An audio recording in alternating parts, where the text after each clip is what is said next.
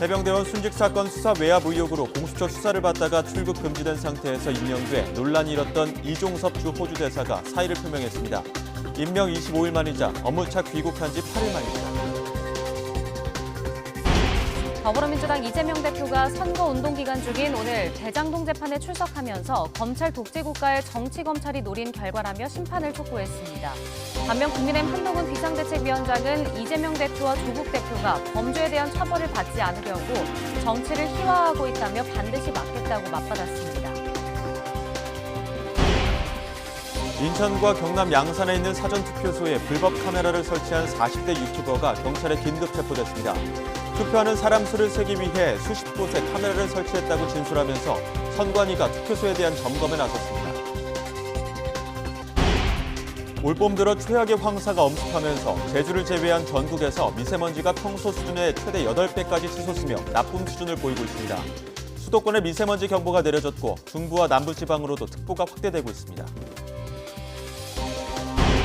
새로 당선된 이명택 대한의사협회 회장이 의대생이나 전공의 교수가 부당한 처벌을 받을 경우 총파업에 나서겠다고 말했습니다. 강대강 대치가 계속되는 가운데 한덕수 국무총리는 오늘 오후 5대 병원장과 만납니다.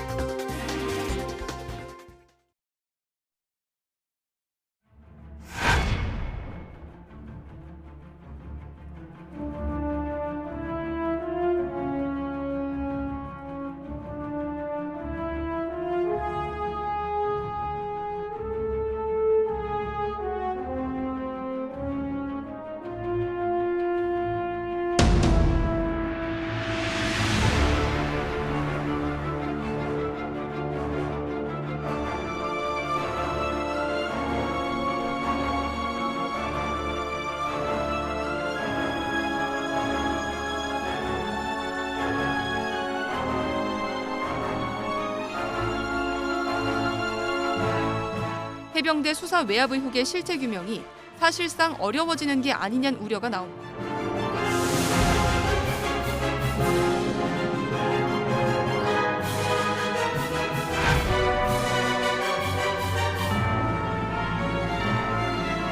또한 이종섭 장관 호주 대사로 임명하고 개구멍으로 도망을 시키는 그런 일이 벌어졌습니다. 피의자 이종섭이 결국 도피에 성공했습니다. 오늘부터 런종섭 씨는 모든 범죄자들의 롤모델입니다.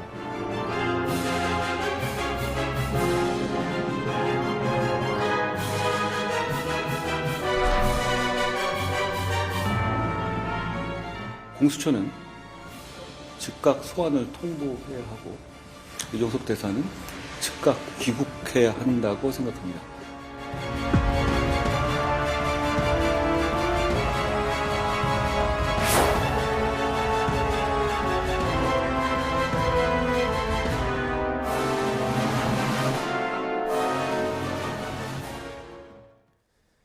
YTN 뉴스앤 이슈 이어갑니다. 해병대 최상병 사망 사건 외압 의혹으로 고위공직자범죄수사처 수사를 받는 이종섭 주 호주 대사가 사의를 표명했습니다.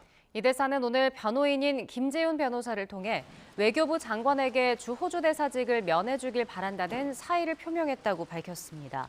이 대사는 그동안 고위공직자 범죄수사처에 신속하게 조사를 해달라고 계속 요구해왔지만 공수처가 아직도 수사 기일을 잡고 있지 않다고 지적했습니다. 이어 자신은 방산협력 주요 공관장 회의가 끝나도 서울에 남아 모든 절차에 끝까지 강력히 대응할 것이라고 강조했습니다.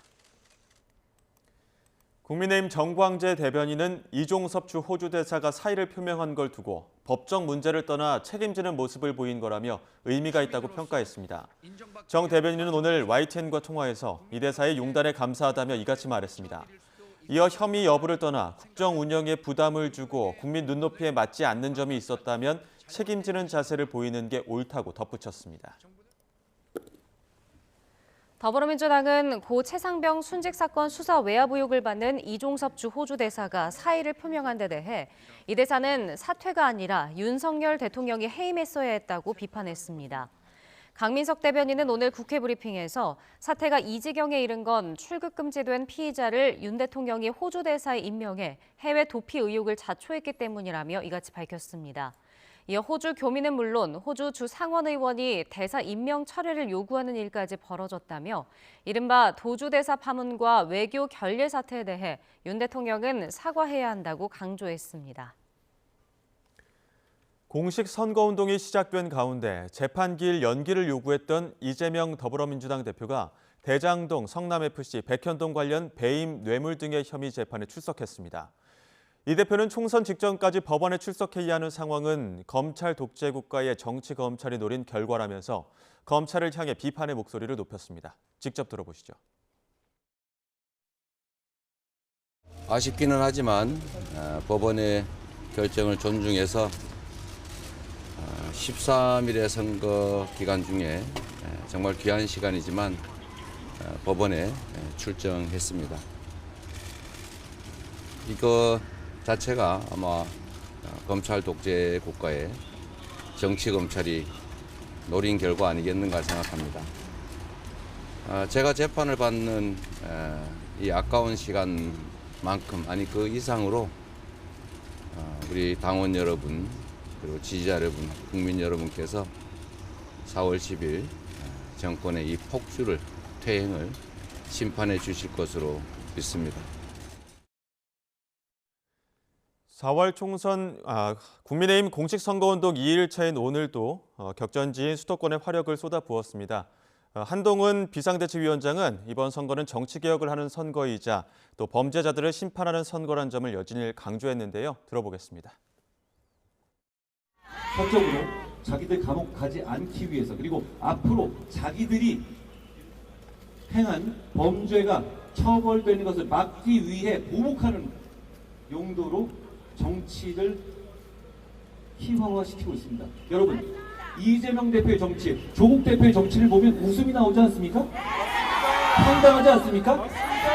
그런데 그냥 웃고 있을 수만 없습니다. 왜냐하면 우리가 가만히 있으면 그 사람들이 정말 권력을 장악할 것이고 여러분처럼 법을 지키며 사는 선량한 사람들을 지배하게 될 거기 때문입니다. 그런 일을 우리가 맡겠습니다. 여러분 걱정하지 마십시오. 우리를 믿으십시오.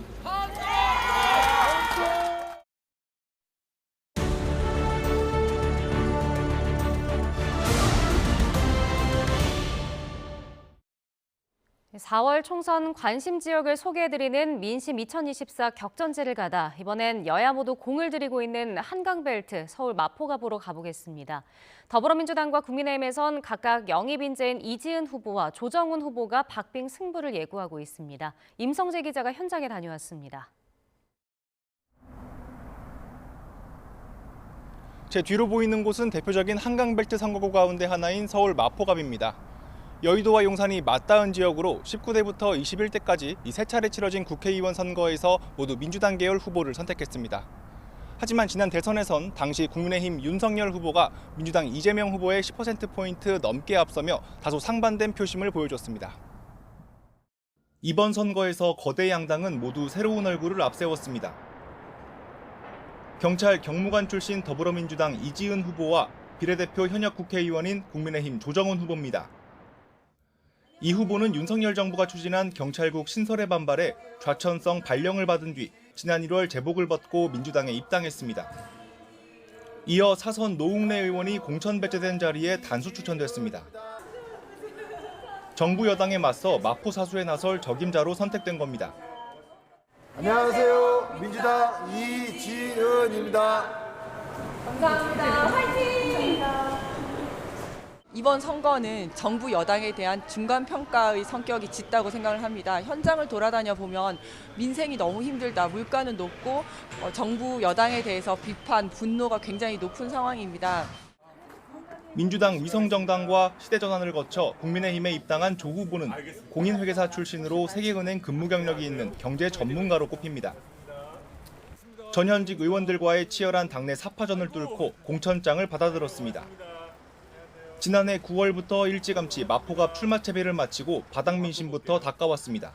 네, 반드시 조정훈입니다. 저 아세요? 알지요. 찍어주실 거예요? 그거 말하고요. 2번입니다. 성공하세요. 이 마포에 계신 분들이 과연 범죄자 더 잘 잡는 국회의원을 원하실지 아니면 산적한 개발 현안들을 풀어낼 개발 전문가를 원하실지는 저는 명백하다고 생각합니다. 최근 여러 해 동안 집값이 크게 오른 이른바 마용성의 대표격인 만큼 지역민들의 지역개발 욕구를 충족시키는 게 최대 과제 가운데 하나입니다. 우리 동네 같은 경우는 재개발이 됐으면 좋겠다 이렇게 생각하는 지역이거든요. 근데 이제 거기에 대해서 이렇게 말들은 하지만 확실한 결말이 없는 것 같아서 항상 그게 부담스러워요. 민주당 이지은 후보는 마포에 K-팝 공연장을 만들어 지역 경제를 활성화하겠다는 구상을 전면에 내걸었습니다. 마포 유수지에 한류 복합 공연장을 건설을 해서 한류 킬러 콘텐츠들, 그러니까 K-뷰티라든지 이런 화장품 매장들을 입점시키고 해서 관광객을 유치하고 일자리를 창출하고 지역 경제를 활성화시키려고 합니다. 국민의힘 조정훈 후보는 같은 당 소속 서울시장, 마포구청장과 삼각편대로 재개발에 속도를 낸다는 전략입니다. 대통령부터 서울시장, 마포구청장, 그리고 이 지역은 서울시 의원과 구의원 모두가 국민의힘 집권 여당입니다. 정말 실천해 보이는 그런 정당과 정책을 만들도록 하겠습니다. 두 후보는 강변북로 지하화와 노후 아파트 재건축을 똑같이 공약으로 내걸었습니다. 젊은 맞벌이 부부가 많아 어린이 안전이나 교육에 대한 지역 유권자들의 관심도 뜨겁습니다. 저도 초등학교 자녀가 2명 있는데요. 초등학교 자녀들이 좀 더 이렇게 안전하게 등하굣길을 한다든지 해서 좀 4년 동안 지킬 수 있는 공약을 위주로 해주셨으면 좋겠습니다. 이 후보와 조 후보는 각각 원스톱 교육특구와 교육발전특구란 맞춤형 공약을 꺼내들었습니다. 인근 대학과 고등학교를 연계해서 그 맞춤형 진로 교육 시스템을 마련을 하고 노후된 학교라든지 과밀한 학급 문제를 해소를 할 예정입니다. 이 마포를 학군 때문에 이사 안 가도 되는 그런 지구로 만들고 싶습니다. 수도권에서 최초로 마포를 교육발전 특구로 지정하자라고 제가 제안을 드린 거에 대해서 적극 검토하겠다라고 해서 앞으로 같이 협업을 통해서 지정하려고 합니다. 여야 후보 모두 상대적으로 낮은 인지도는 극복해야 할 숙제지만 공약에 대한 유권자들의 평가는 후한 편입니다. 진짜 국민들을 위해서 정말 열심히 국민을 생각하고 열심히 일해줄 수 있으면 좋겠습니다. 공약을 지켜주시면 좋을 것 같아요. 그러니까 공약들은 되게 다 좋더라고요. 그래서. 민주당의 총선 11호 영입 인재인 이지은 후보와 국민의힘의 현역 1호 영입 인재인 조정훈 후보. 영입 인재 간 대결을 넘어 치열한 당대당 승부가 펼쳐지게 된 이곳 서울 마포갑에서 유권자들의 표심이 어느 후보에게 향하게 될지 관심이 집중되고 있습니다. YTN 임성재입니다. 국민의힘 장동혁 사무총장이 최근 경합 또는 우세 지역에서 열세로 돌아선 선거구가 여러 곳 있지만 아직 총선 전체 판세를 분석하긴 어렵다고 본다고 밝혔습니다. 장 사무총장은 오늘 기자들과 만나 당 정책연구소인 여의도연구원에서 전국 254개 선거구 가운데 170곳가량 자체 여론조사한 결과를 보고받았다며 이같이 말했습니다. 또 일부 지역에서 개혁신당 후보의 단일화 가능성에 대해선 아직 개혁신당의 입장이 정확히 어떤 건지 잘 모르겠지만 선거 승리를 위해 필요하다면 열어두고 대화할 준비는 돼 있다고 밝혔습니다. 개혁신당 이준석 대표는 일부 선거구에서 개혁신당 후보와 국민의힘 후보의 단일화 가능성에 대해 공식 제안도 없었고 전혀 검토하지 않고 있다고 일축했습니다. 이 대표는 오늘 SBS 라디오 인터뷰에서 개혁신당은 정권 심판이라는 기치를 내걸고 있고 국민의힘은 정권을 옹호해온 정당인데 유권자들이 좋게 바라볼 것 같지 않다며 이같이 말했습니다.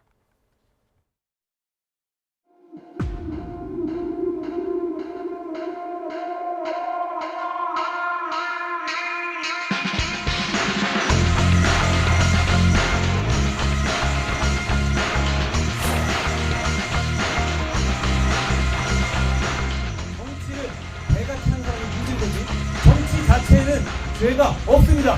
범죄자들이 여러분을 지배하지 못하게 해주십시오.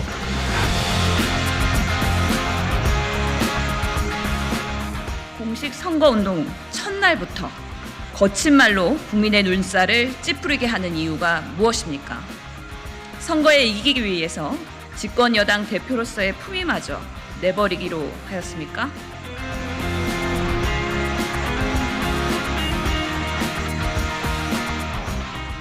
골뱅이로 맞은 사건은 폴리스 라인을 치고 과학 수사를 하고 난리 똥짝을 치면서 증거를 채집하는데 야당 당수가 목에 칼을 찔려가지고 피를 흘리는데 그 혈흔을 1시간도 안 돼서 물청소를 합니다.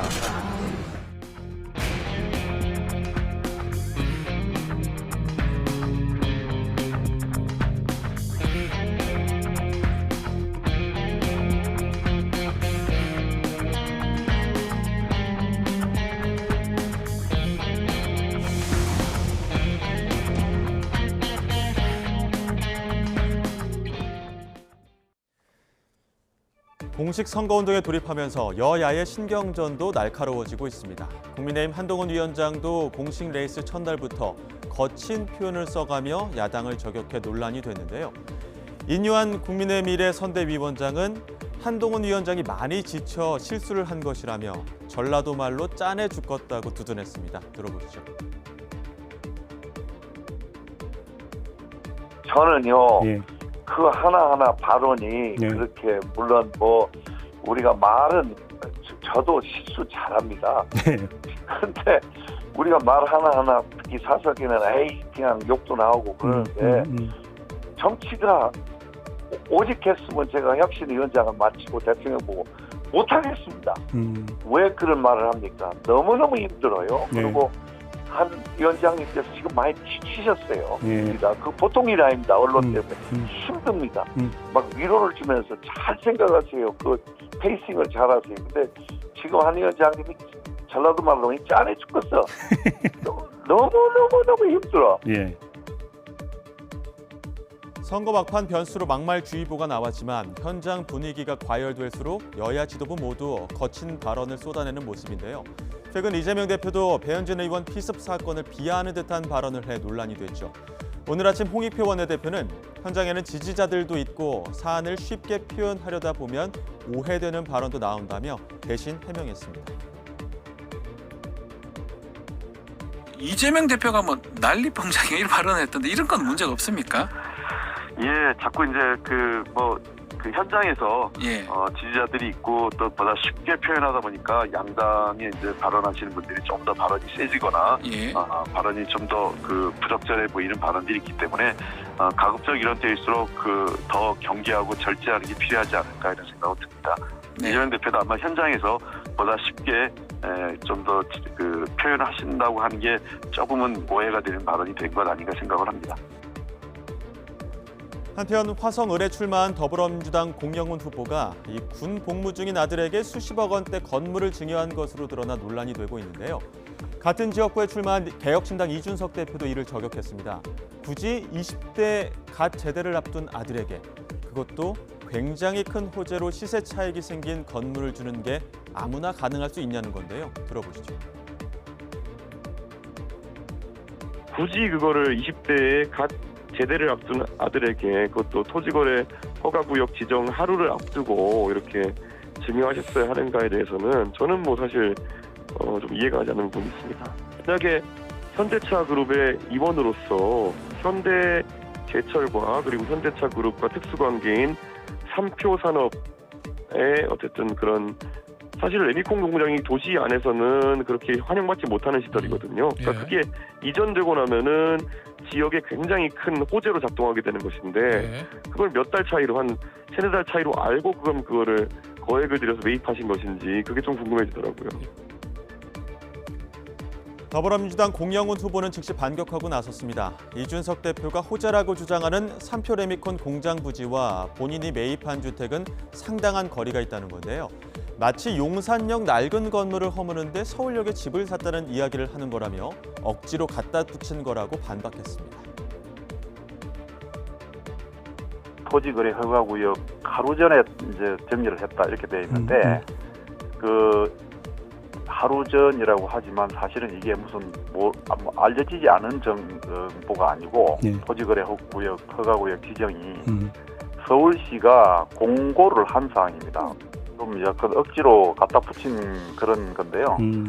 우선 이제 거리를 보시면은 거기 이제 그 지역하고 제가 구입을 한 주택을 산 그 지역하고 3표 레미콘 사이에는 상당한 거리가 있습니다. 그게 이쪽하고 연결된다고 하는 거는 뭐 일테면 용산역에 무슨 낡은 건물 허무는데 서울역에 집 샀다 이런 이야기하고 비슷합니다.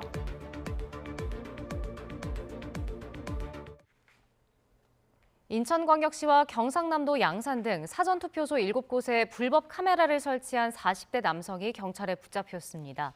인천 논현경찰서는 어제 오후 9시 10분쯤 통신비밀보호법 위반 등의 혐의를 받는 40대 남성 A씨를 경기도 고양시 자택에서 긴급 체포했습니다.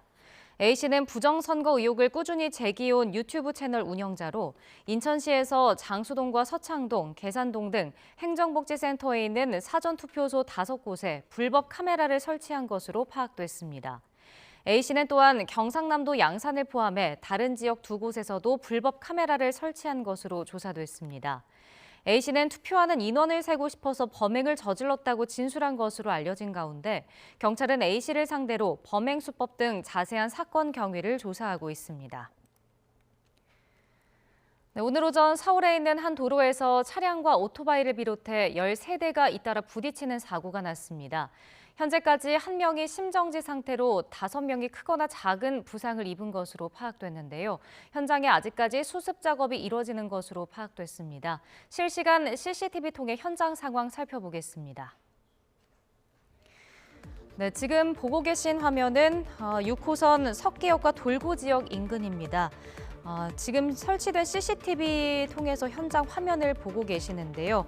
하월곡 나들목 일대고 지금 화랑로 주변인 것으로 파악이 되고 있습니다. 현장 화면이 지금 바람이 많이 불어서 흔들리고 있는 상태인데 이 점은 시청자 여러분께 미리 양해 말씀드리겠습니다. 사고가 아침 9시 20분에 발생을 했고 지금 3시간이 넘은 상황인데요. 아직도 화면 중간중간에 이제 경광등이 반짝이는 모습을 볼 수 있습니다. 지금도 현장을 수습하고 있는 것으로 보이는데요.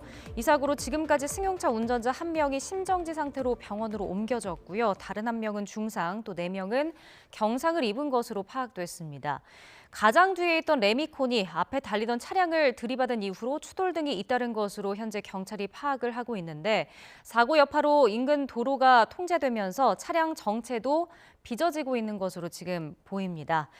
이 때문에 오늘 차량을 운행하시거나 대중교통을 이용하신다면 이 점 참고하셔서 이동하시기 바랍니다. 네, 오늘 오전 8시 반쯤 강원도 인제군 인제읍 가아리의 한 도로공사 현장에서 굴착기 땅을 파는 삽 부분인 버킷이 떨어져 작업자를 덮쳤습니다. 이 사고로 63살 A씨가 크게 다쳐 병원으로 옮겨졌지만 숨졌습니다. 경찰은 굴착기와 버킷의 결합이 제대로 되지 않아 사고가 발생한 것으로 보고 정확한 경위를 조사하고 있습니다. 마약을 투약한 혐의를 받는 전직 야구 국가대표 오재원 씨가 구속 상태로 검찰에 넘겨졌습니다. 서울 강남경찰서는 오늘 마약류 관리법 위반 등 혐의로 오 씨를 구속 송치했습니다. 오 씨는 아침 8시쯤 유치장에서 나와 언제부터 마약을 투약했는지, 동료 선수들에게도 대리 처방을 부탁한 게 사실인지 등을 묻는 취재진 질문에 답변하지 않고 호송차에 탔습니다. 네, 올 봄 들어 최악의 황사가 나타나고 있습니다. 수도권에 미세먼지 경보가 내려졌고 중부에 이어 남부지방으로 미세먼지 특보가 확대되고 있습니다. 취재기자 연결해서 자세한 황사 현황과 전망 짚어보겠습니다. 김민경 기자. 네, 김민경입니다. 네, 오늘 시야가 좀 뿌옇던데 황사가 얼마나 심각한 건가요? 네, 올봄 들어 가장 심한 황사가 하늘을 뒤덮었습니다. 그제 내몽골에서 발원한 대규모 황사가 중국을 거쳐 유입된 건데요. 오후 12시 기준 충북의 미세먼지 농도는 세제곱미터당 344 마이크로그램, 강원 343 마이크로그램, 경남 228 마이크로그램, 서울 199 마이크로그램 등입니다. 평소보다 최대 10배가량 높은 수치입니다. 이 황사가 점차 전국으로 확산하면서 수도권과 강원, 충남 북부에 이어 대전과 충북 일부에도 미세먼지 경보가 내려졌고 충청에 이어 전북과 경남에도 미세먼지주의보가 확대 발령됐습니다. 황사 위기경보도 수도권 등 중부지방에는 주의 단계가, 경북에는 관심 단계가 발령됐습니다. 네, 그렇다면 이번 짙은 황사는 언제까지 이어지는 겁니까? 네, 이번에 황사가 대규모로 발원했고 우리나라에 유입된 양도 무척 많습니다. 따라서 당분간 황사 영향이 이어질 걸로 보입니다. 국립환경과학원은 낮 동안 짙은 황사로 인해 미세먼지 농도가 매우 나쁨 수준을 유지할 거라고 밝혔습니다. 밤사이에는 농도가 조금 옅어지겠지만 주말과 휴일에도 잔류 황사가 계속 영향을 줄 걸로 보입니다. 따라서 주말과 휴일에도 미세먼지 농도가 나쁨 수준을 유지하겠습니다. 황사로 인해 고농도 미세먼지가 나타나면 노약자와 호흡기 질환자는 외출을 자제해야 합니다. 일반인들도 외출할 때는 KF80 이상 보건용 마스크를 쓰는 게 좋고 귀가하면 바로 손발을 씻고 머리를 감는 게 좋습니다. 지금까지 문화생활과학부에서 YTN 김민경입니다. 의대 정원을 둘러싸고 의정 갈등이 계속되는 가운데 한덕수 국무총리가 오늘 오후 5대 병원장들을 만납니다. 한덕수 국무총리는 정부 서울청사에서 5대 병원장과 간담회를 열고 전공의와 의대 교수들의 집단행동 문제 등을 논의할 예정입니다. 한 총리는 이 자리에서 의료개혁의 필요성을 강조하면서 전공의 복귀를 위한 협조를 당부할 것으로 보입니다. 의료 공백 사태가 장기화하면서 이로 인한 피해가 눈덩이처럼 불어나고 있습니다. 초등학생 아들에게 갑자기 찾아온 당뇨와 심한 합병증 증세. 동네 병원 의사는 당장 위험한 상황이 발생할 수 있다며 빨리 큰 병원 응급실로 가라고 했는데 받아주는 병원이 없었습니다. 한 아버지가 경험한 끔찍했던 그 시간을 양동훈 기자가 전합니다. 충남 당진에 사는 A씨는 초등학생 아들이 갑자기 심한 구토와 무기력 증세를 보여 집 근처 내과를 찾았습니다. 이튿날 검사 결과를 들으러 갔더니 의사는 최대한 빨리 아들을 대학병원 응급실에 데려가라고 했습니다. 당뇨가 의심되는데 이미 다른 장기들이 영향을 받아 금방이라도 위급 상황이 발생할 수 있다고 한 겁니다. 피검사했을 때는 이제 당 수치가 높게 나왔고 이제 간 기능 쪽 이상이랑 비장 쪽 비대 현상 그래가지고 응급실 진료를 요청을 하셨습니다. 떨리고 두려운 마음을 진정시키며 곧바로 충남 천안의 한 대학병원 응급실로 차를 몰았습니다.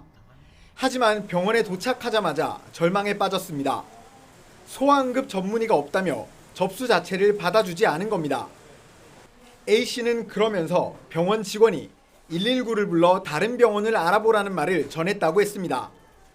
소견서를 보여드리니까 여기서는 응급 소아 의사 선생님이 안 계신다고 하셔가지고 외래 진료 쪽으로 진료를 받았으면 하는데 외래 진료 쪽도 장담은 못 하신다고. A씨는 병원을 나서며 119에 전화를 걸었고 10여 분 만에 구급차가 도착했습니다. 하지만 아들은 차 안에서 또 한참을 기다려야 했습니다. 아이를 태운 구급차는 받아줄 병원을 찾기 위해 전화를 돌리느라 40여 분 동안이나 이곳에 서 있었습니다. 병원 5곳이 진료를 거절하는 전화를 옆에서 듣고 있던 아버지는 피가 마르는 것 같았습니다. 어렵사리 수용 의사를 밝힌 대전의 한 대학병원에 도착한 건 동네 내과를 나온 지 3시간이 넘은 시각이었습니다. 아이를 받아주지 않은 대학병원에서는 전문의 부족 때문에 어쩔 수 없는 상황이었다고 해명했습니다. 7명이던 소아응급 전담 전문의가 지난해 말부터 대거 사직하거나 휴직해 1명밖에 남지 않아 일주일에 이틀만 진료하고 있다는 것. 그마저도 전공의 사직 사태로 외래 진료가 예전보다 축소돼 환자가 제때 진료를 받기 어려운 상황이 됐다고 설명했습니다. A씨는 아들 병원을 찾아 헤맨 3시간이 너무 끔찍했다고 말했습니다. 필수 의료진 부족과 의사사직으로 인한 의료 공백 피해를 다른 사람들은 겪지 않도록 어서 빨리 대안을 마련해달라고 호소했습니다. 원망스럽죠. 애는 아프고 이런 분쟁 때문에 아무 이유 없이 사람들이 구급차에서 아파하고 고통스러워한다는 게 참 원망스럽더라고요. YTN 양동훈입니다. 네, 응급실 찾는 것도 힘들지만 특히 공중보건이 차출이 이뤄진 농촌 지역도 의료 차질은 더 큰 부담이 되고 있는데요. 이러한 어려운 상황 속에서도 농촌 마을과 진료 봉사 약속을 지킨 의료진들도 있었습니다.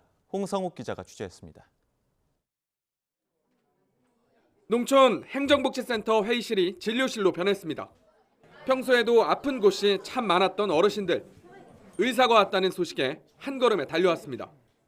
다리 하나 나빠서? 다리 저리고 그런 건 없어요? 진료가 끝이 아닙니다.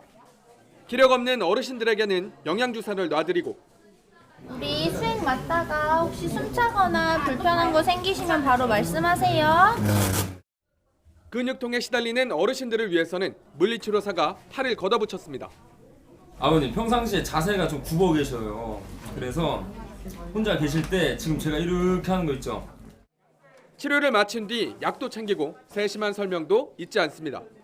간 기능이 좀 안 좋다고 나오셔가지고 선생님이 간장약을 좀 주셨어요. 술도 안 먹는데. 술도 안 먹는데. 근데 이제 과일이나 이런 거 많이 먹고 이래도 좀 그럴 수 있어요. 의료 서비스가 늘 부족한 농촌마을. 전공의 파업과 교수사직, 이에 따른 보건지수 공보의 차출 등이 이어지는 가운데 진료받기는 더 어려워졌습니다. 그런 마을에 의료진이 직접 찾아오면서 주민 얼굴에는 웃음꽃이 피었습니다. 기분 좋게 지금 물리치료를 받고 되고 나왔습니다. 하여간 의사 선생님들한테 고맙다는 말밖에 할 게 없어요. 농촌 진료봉사는 수년 전 맺은 약속 때문이었습니다. 지난 2019년 서울 아산병원이 강원도 홍천 지역 진료봉사를 하기로 했는데 코로나 사태로 기한 없이 연기됐다가 이번 의정 갈등 사태에도 잊지 않고 마을을 찾았습니다. 정형외과와 내과 전문의는 물론 간호사 등 의료진 17명이 이틀간 상주하며 어르신들을 살폈습니다. 인력 문제도 많이 있기는 했는데 이렇게 시골에 와가지고 어르신분들 봉사하는 마음으로 오게 되었고 와서 이렇게 도와드리고 하니까 너무 마음도 따뜻해지고 저희도 뜻깊은 시간이 된 것 같아서. 출구를 찾지 못하는 의정 갈등 속 이뤄진 진료봉사. 어려운 시기에 수년 전 약속이 지켜지면서 주민 감동은 2배가 됐습니다. YTN 홍서욱입니다.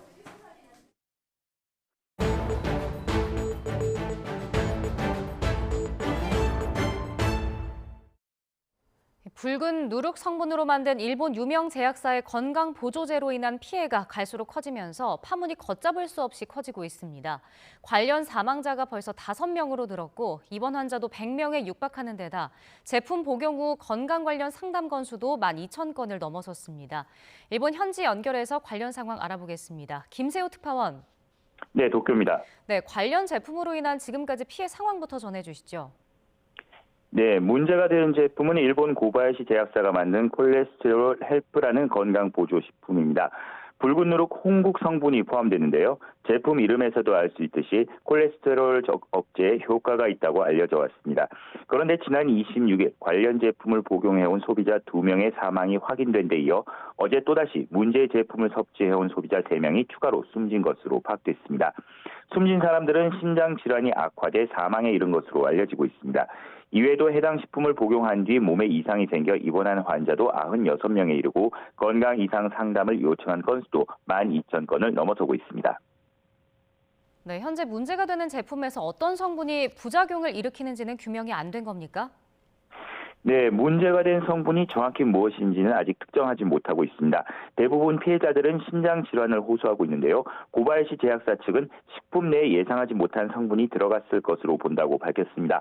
전문가들 사이에서는 제품 생성 과정에서 다른 곰팡이가 생겼을 가능성이 제기되고 있습니다. 우선 지난해 4월부터 12월에 걸쳐 제작된 홍국 원료에 이상물질이 포함됐을 것으로 추정하고 있습니다. 피해가 커지면서 일본 정부도 비상이 걸렸는데요. 우선 세계보건기구 WHO, 각국 정부와 현 상황과 관련한 정보를 공유하겠다고 밝혔습니다. 하지만 피해를 일으킨 것으로 보이는 홍국 원료 6.9톤이 어디까지 유통됐는지 정확히 파악이 안 되고 있어 피해가 더 커질 수 있다는 우려가 나옵니다. 네, 일본 정부가 직접 나서면서 관련 정보를 다른 나라와도 공유하겠다라고 밝혔는데 다른 나라에도 이미 고바야시 제약사의 홍국 원료를 사용한 제품 부작용 의심 사례가 나타났다고요?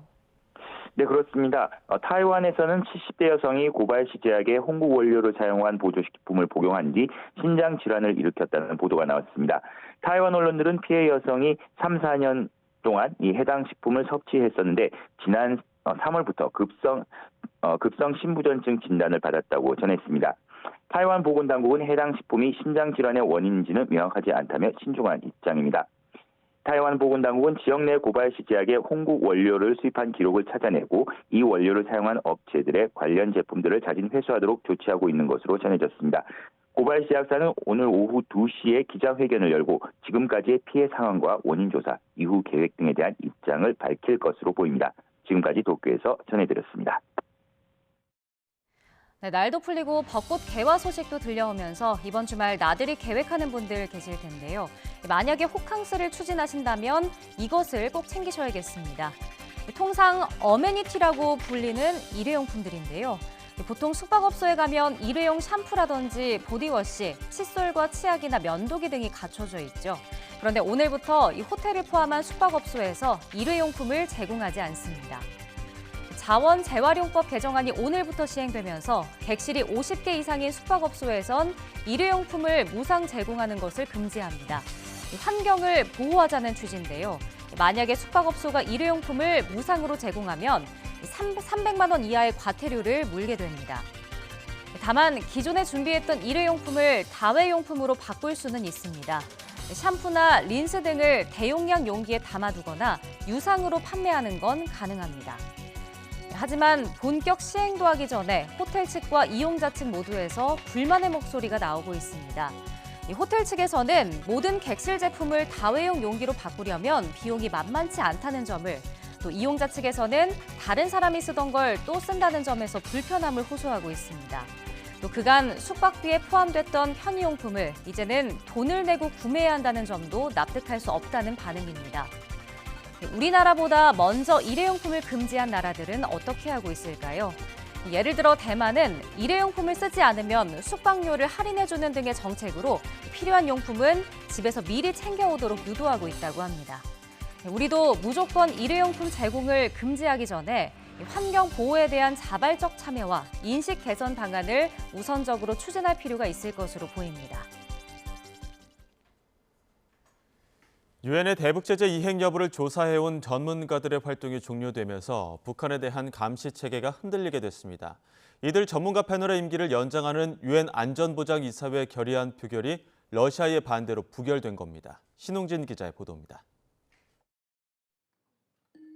북한이 유엔의 제재를 잘 따르는지 감시하는 전문가 패널의 임기는 매년 이맘때 유엔 안보리 결의안을 통해 연장했습니다. 그런데 이번에는 15개 이사국 가운데 러시아가 거부권을 행사해 부결됐습니다. 이에 따라 전문가 패널 활동은 다음 달 말로 끝나게 됐습니다. 미국은 러시아가 책임 있는 국제사회의 일원이기를 포기했다며 맹비난했습니다.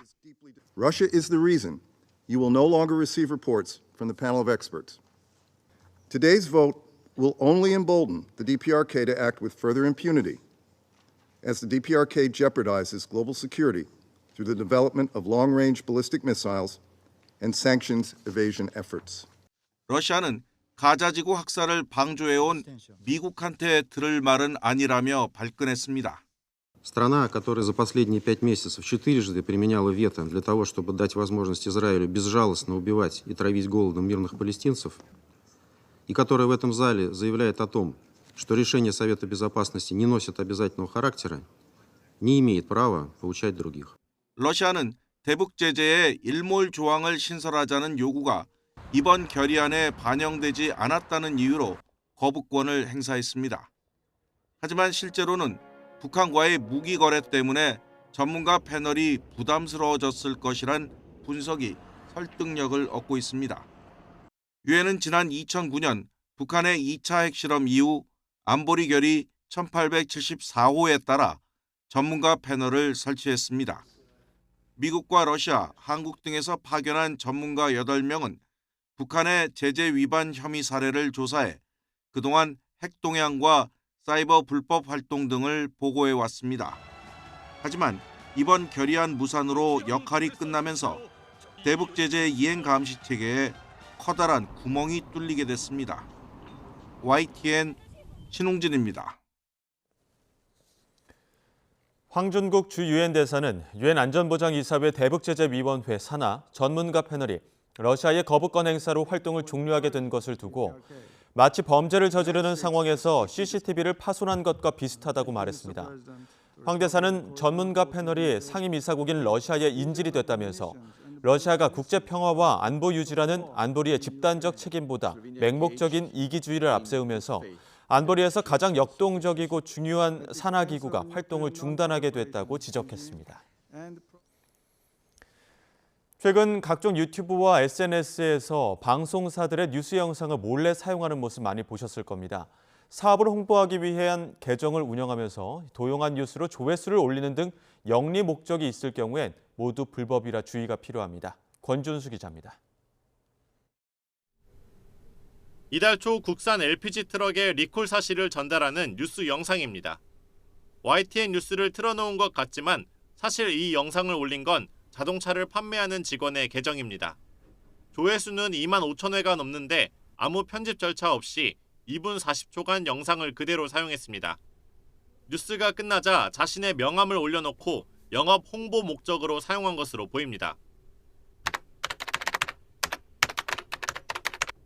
100만 명이 넘는 구독자를 가진 유튜버도 본인 영상 속에서 YTN 뉴스를 편집 과정 없이 썼습니다. 20초 이상을 가져다 썼는데 지난해 말 사회적으로 파장이 컸던 공무원 일탈 관련 단독 뉴스도 도용했습니다. 뒤늦게 유튜브에 신고된 뒤에야 일부 영상을 삭제 조치했습니다. 다른 정치평론 유튜브 채널도 크게 다르지 않은데 종편 방송사가 찍은 정치인들의 행보를 재편집해 사용한 걸 쉽게 찾아볼 수 있습니다. 유튜브는 기본적으로 영리적인 목적이기 때문에 당연히 문제가 되고 설사 비영리적이라고 하더라도 저작권법에 따른 단순한 개인적인 사용이 아닌 이상은 모두 다 위법한 사용입니다. 인스타그램 같은 SNS에선 문제가 더 심각합니다. 다이어트 약과 본인이 쓴 책 등을 판매하기 위해 여러 계정이 뉴스 영상을 갖다 쓰는 방식입니다. 지상파 방송사의 개그 프로그램을 쓰는 계정도 쉽게 눈에 띄고 다른 종편 뉴스에서 출연자와 대담을 나누는 것도 그대로 사용하는데 조회수가 수백만 회까지 나옵니다. 일반적으로 뉴스 화면은 주식 시세나 유명 인사의 부고 등 육하 원칙이 명백한 사실을 전달할 때만 간단히 사용하는 게 원칙입니다. 그 외엔 저작권에 어긋나는 경우가 대부분이고 출처를 표시하더라도 소송에 휘말릴 수 있습니다. 출처 표시를 했다고 해서 이용자의 이용 허락을 별도로 받지 않아도 된다 이런 건 아니고요. 이제 흔히들 단순한 사실 전달에 불과한 시사 보도는 그냥 그대로 쓸 수 있다라고 알고 계시고 저작물로 보호되지 않는다고 생각하시는데 저작권자의 권리를 보호하시는 그런 방향으로 가셔야 된다. 무엇보다 뉴스 등 방송사 영상을 마구잡이로 쓰는 배경에는 저작권 협회가 따로 없다는 점이 꼽힙니다. 음악 같은 경우 저작권 협회에서 주기적으로 검열하며 신고를 하는 등 수사를 맡기기도 합니다. 때문에 뉴스 저작권에 대한 인식 개선과 함께 사각지대를 없애기 위한 제도적 장치가 필요하다는 지적이 나옵니다. YTN 권준수입니다. 세계 육상연맹이 인증한 골드라벨 대회인 대구 마라톤 대회가 다음 달 7일 열립니다. 최고 권위를 자랑하는 미국 보스턴 마라톤 대회보다 더 많은 상금을 내걸어 세계적 선수들이 참가합니다. 이윤재 기자가 보도합니다. 대구 스타디움을 시작해 도심을 한 바퀴 돌아오는 42.195km 구간. 우리나라에서 유일하게 세계 육상연맹의 골드라벨 인증을 받은 대구 마라톤 대회 구간입니다. 세계 61개 나라 28,000명이 참여하는 대회가 다음 달 7일 열립니다. 23번째인 올해 대회부터 상금이 세계 최고 수준으로 올랐습니다. 1등에게 주어지는 상금만 16만 달러, 우리 돈으로 2억 1천만 원에 이릅니다.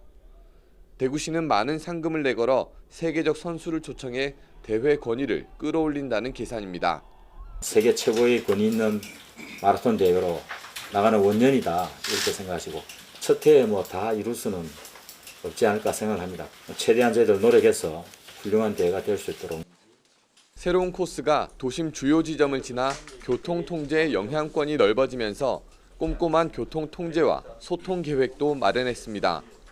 대구시는 대회 당일 오전 7시 반부터 구간을 막고 순차적으로 해제해 시민 불편을 줄인다는 방침입니다. YTN 이윤재입니다. 컨테이너선 충돌로 붕괴한 미국 볼티모어항의 대형 교량 철거 작업이 본격화하고 있습니다. 미 당국은 교량 잔해 제거 등을 위해 크레인을 실은 대규모 바지선을 볼티모어항 쪽으로 이동시키고 있습니다. 철거 작업은 미 해군 인양부대가 주도하고 있으며 최대 1,000톤을 들어올릴 수 있는 대형 바지선 등이 투입됩니다. 인양부대는 물속에 있는 교량 부분을 제거하고 인양하는 것을 지원할 예정입니다. 메릴랜드주는 이와 별개로 철거와 재건 작업에 필요한 긴급 자금 6천억 달러, 우리 돈으로 약 810억 원을 연방정부에 요청했습니다. 저는 지금 정읍 벚꽃축제 현장에 나와 있습니다. 지금 제 옆으로는 하얀 벚꽃이 가득 핀 벚나무 가지가 보이실 텐데요. 최근 궂은 날씨가 이어지면서 전국적으로 벚꽃 개화가 조금씩 늦어지고 있지만 이곳 정읍을 비롯한 남부지방에서는 이렇게 벚꽃이 꽃망울을 터뜨렸습니다. 오늘은 하늘이 다소 흐린 가운데 바람이 강하게 불고 있는데요. 주말과 휴일 따뜻한 봄 날씨가 이어진 뒤에는 이곳 정읍천 일대에도 벚꽃이 더욱더 화사하게 만개할 것으로 보입니다. 어제부터 이곳 정읍에서는 벚꽃 축제가 열리고 있습니다. 지난해에는 역대 최다 방문객인 25만 명이 이곳을 찾았다고 하는데요. 올해 축제에도 벚꽃 버스킹 공연, 정읍 예술제, 먹거리 장터 등 다양한 행사가 준비됐습니다. 이 축제장 인근에는 전국 5대 시장 중 하나인 전통 샘거울 시장과 1980년대부터 이어져온 쌍화차 거리 등 지역 명소도 자리하고 있으니까요. 이 축제 방문하신다면 함께 들러보셔도 좋겠습니다. 올해 축제는 다음 주 월요일 4월 1일까지 개최됩니다. 오늘 강한 바람에도 황사가 계속해서 기승을 부리고 있습니다. 현재 중부와 영남에서는 미세먼지 농도가 매우 나쁨 수준을 보이고 있고요. 중부에만 내려졌던 미세먼지 특보는 남부로도 확대됐습니다. 오늘 외출하실 때는 꼭 미세먼지용 마스크 착용해 주셔야겠습니다. 현재 수도권 등 중부에는 약한 비가 지나는 곳도 있습니다. 오늘 낮 동안 중부와 남부 내륙 곳곳에는 1에서 5mm 안팎의 비가 산발적으로 내릴 수 있겠는데요. 양은 적지만 비가 황사와 섞이면서 흙비로 내릴 가능성이 있겠습니다. 오늘 낮 기온은 예년 수준과 비슷하거나 조금 높겠습니다. 서울 13도, 정읍 16도, 대구는 19도 예상됩니다. 주말과 휴일에는 전국 하늘이 맑게 개겠고 기온도 계속해서 오름세를 보이겠습니다. 특히 휴일에는 서울 낮 기온이 17도, 정읍은 21도까지 오르면서 따뜻하겠습니다. 다가오는 주말과 휴일에는 봄 기운이 한층 더 짙어지면서 나들이 하기 좋겠습니다. 다만 농도는 점차 옅어지겠지만 모레까지 황사가 계속해서 영향을 줄 가능성이 있으니까요. 나들이 준비하신다면 미세먼지용 마스크 챙겨주셔야겠습니다. 지금까지 전북 정읍에서 YTN 고은재입니다. 이상으로 뉴스앤이슈 마치겠습니다. 잠시 후 더 뉴스가 방송됩니다. 시청해주신 여러분 고맙습니다.